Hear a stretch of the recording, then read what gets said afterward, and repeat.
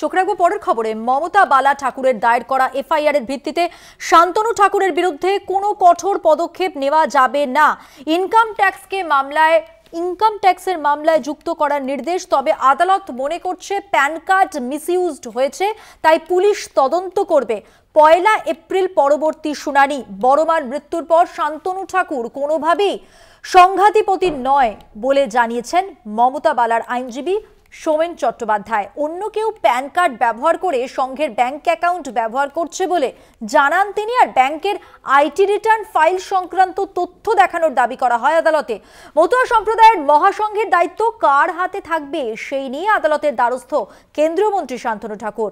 রাজ্যের তৃণমূলের রাজ্যসভার সাংসদ মমতা বালা ঠাকুর শান্তনু ঠাকুরের বিরুদ্ধে ক্ষমতা হস্তান্তর সংক্রান্ত বিষয়ে থানায় অভিযোগ দায়ের করেন, যার ভিত্তিতে মতুয়া সম্প্রদায়ের ব্যাংক অ্যাকাউন্ট পুলিশ সঙ্গে সঙ্গে সিল করে দেয়।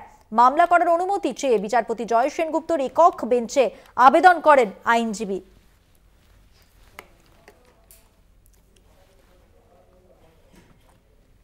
ম্যাটার আমি কোনো ওই ব্যাপারে মন্তব্য করতে চাই না।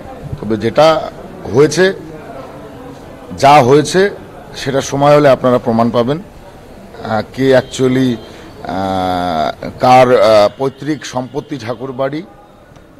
সম্পত্তি বলতে এরকম বলছি না যে ব্যক্তিগত কিছু নয়, তবে কাদের অধিকার, কে এসে জুড়ে বসেছে কবে, ঠিক আছে, তার আগে সে কোথায় ছিল সেগুলো সব প্রমাণ হবে। সংঘাতিপতির তো কোনো অফিসিয়াল পদ নেই, তাহলে সংঘাতিপতি হিসেবে মমতা বালা ঠাকুর বিভিন্ন জায়গায় সই করছেন বা আদালতে এটা উঠে এসেছে, যদি বলেন। এটা বংশ পরস্পরের ব্যাপার, হিন্দু মাইথোলজি হিসেবে বংশ পরস্পরের ব্যাপার।